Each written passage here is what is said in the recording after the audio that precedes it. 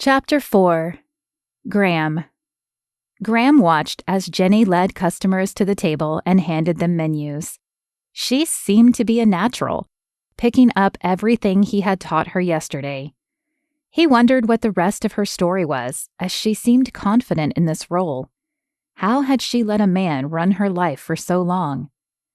His cell phone buzzed in his pocket, and he pulled it out, wondering what Jordan wanted. He was supposed to work a shift later. He better not be calling to cancel. "Hey, Jordan, what's up? Is Ginny there with you?" Jordan's voice was low and stern.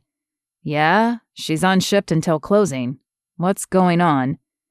Graham was used to the many voices of Jordan. His brother had so many different sides. He was more like an octagon than a square. But this was the voice that scared him the most. It was his serious, something bad is about to happen voice. "I looked into her ex. He's bad news, Graham, and I got word that he left town. I don't know how long it will take him to find her, but my guess is not long. Evidently, this guy is pretty well connected in their town and has a lot of people working for him." Graham's grip tightened on the phone as he glanced Ginny's direction again. "What do I do? Can you take her to Mom's old cabin?" Graham thought back to the cabin on the lake where they had once gone to get away from the city every year before his father left. He wasn't sure he'd even been out there since their mother passed. "Jordan, it's been empty for ages. There's no food there." "Actually, there is. I keep it stocked just in case. You'll find everything you need there, including a gun in the safe.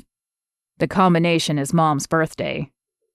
Graham shouldn't be surprised by this tidbit of information. The cop in Jordan made him thorough, if not a little paranoid. It would be just like him to have a safe house all set up just in case.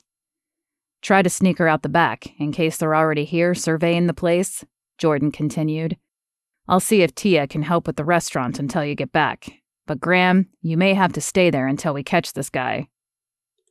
"What about my other job, Jordan? I can't just not show up for work." Graham worked part-time in insurance. He'd cut back his hours at the firm after Fire Dreams began taking off, but he still worked mornings there.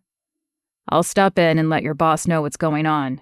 I'm sorry, Graham, if I thought there was another way." "It's fine. I'll let the shift manager know and we'll head that way. Just promise me you'll get this guy, Jordan." "I will."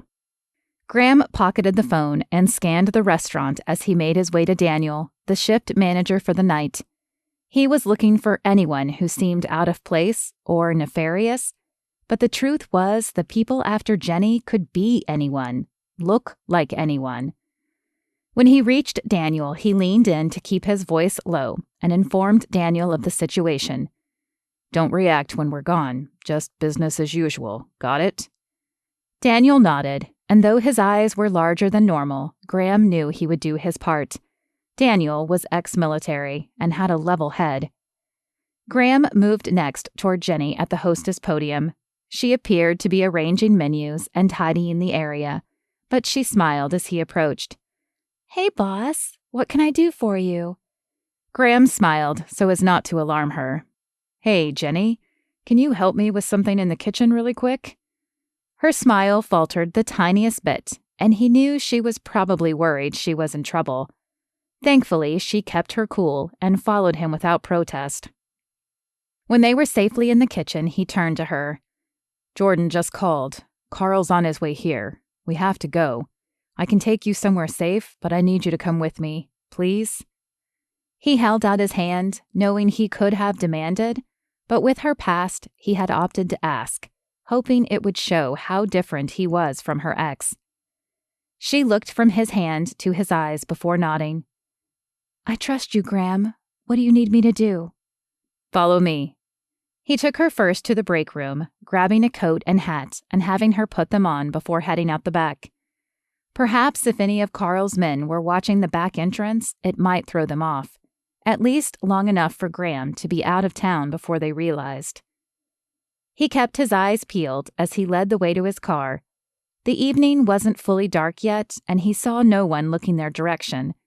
Still, he asked Ginny to bend down in the seat so as not to be seen as they drove out of town.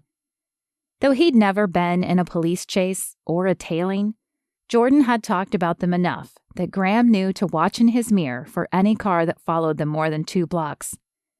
Thankfully, by the time they drove past the Fire Beach city limit sign, he had seen no suspicious cars, and his heart rate slowed, but only a little.